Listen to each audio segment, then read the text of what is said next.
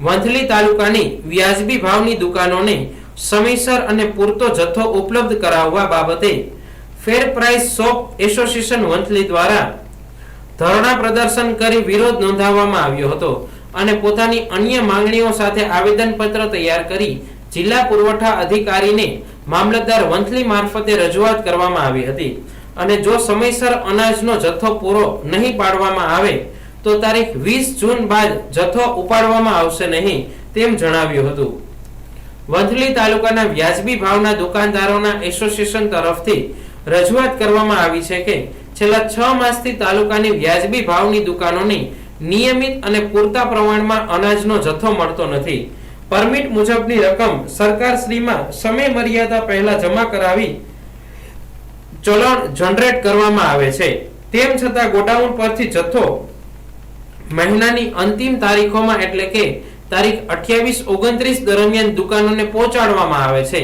જથ્થો મોડો મળવાના કારણે દુકાનદારોમાં ટૂંકા સમયમાં વિતરણ કરવાની ફરજ પડે છે, જેના પરિણામે ગ્રાહકો સાથે વારંવાર વિવાદ અને અસંતોષની સ્થિતિ સર્જાય છે। ઉપરાંત વિતરણની ટકાવારી ઘટવાના કારણે દુકાનદારોને મળવાપાત્ર કમિશન પણ અધૂરું અથવા તો નહિવત મળે છે, જેના કારણે દુકાનદારોને આર્થિક નુકસાન સહન કરવું પડે છે।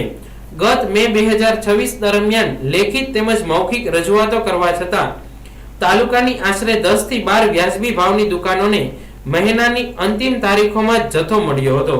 પરિણામે ભાટિયા, વસપડા, સાપુર, વંથલી અને ઝાપોદળ સહિતના ગામોમાં વિતરણની ટકાવારી ઓછી રહી હતી। ખાસ કરીને ટીનમસ ગામે તો તારીખ 30/5/2026 ના રોજ જથ્થો મળતા માત્ર 5% જેટલું જ વિતરણ થઈ શક્યું હતું અને 95% જેટલા લાભાર્થીઓ બાકી રહેતા ગ્રામજનો સાથે ગંભીર વિવાદની સ્થિતિ સર્જાઈ હતી। આ ઉપરાંત સરકારશ્રી દ્વારા હાલ અમલમાં રહેલી સીબીડીસી યોજના અંતર્ગત પીએનબી એપ્લિકેશન ડાઉનલોડ કરવાની કામગીરી પણ દુકાનદારોને સોંપવામાં આવી છે।